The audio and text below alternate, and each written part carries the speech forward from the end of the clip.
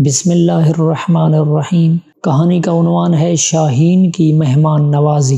ایک بادشاہ اپنے خدمتگاروں اور سپاہیوں کے ساتھ سامان سفر تیار کر کے ایک روز شکار پر گیا۔ جب وہ پہاڑ کے دامن میں دوپہر کا کھانا کھانے دسترخوان پر بیٹھا تو ایک شاہین نے اچانک آ کر اس کے سامنے سے بھنے ہوئے مرغ کو اٹھایا اور تیزی سے اڑ گیا۔ بادشاہ یہ بھنا ہوا مرغ کھانا چاہتا تھا، لیکن وہ دیکھتا کا دیکھتا ہی رہ گیا۔ اس نے فوراً ہی اپنے سپاہیوں کو حکم دیا کہ گھوڑوں پر سوار ہو کر شاہین کا پیچھا کریں اور مرغ واپس لے کر آئیں۔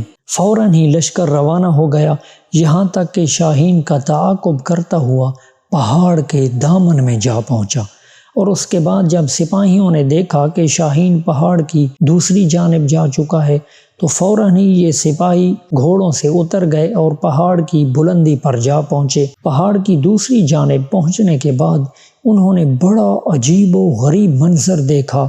ان کے سامنے ایک شخص تھا جس کے ہاتھ اور پاؤں بندھے ہوئے تھے اور وہ زمین پر پڑا ہوا تھا، اور بھنا ہوا مرغ دسترخوان سے اٹھا کر لانے والا شاہین بڑے مزے سے اس شخص کی مہمانی کر رہا تھا۔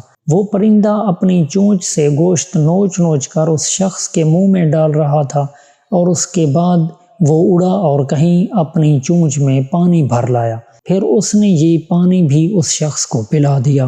سپاہی اس شخص کے قریب پہنچے اور اس کے ہاتھ پاؤں کھول کر پوچھا کہ یہ کیا ماجرا ہے، تو اس نے سپاہیوں کا شکریہ ادا کرتے ہوئے بتایا، میں ایک تاجر ہوں، تجارت کے سلسلے میں اپنا مال و اسباب لے کر جا رہا تھا، اسی راستے میں ڈاکوؤں کا سامنا ہو گیا، وہ میرا مال و اسباب لوٹ کر لے گئے۔ وہ چاہتے تھے کہ مجھے قتل کر دیں، لیکن میں نے ان سے التجا کی کہ وہ مجھے جان سے نہ ماریں۔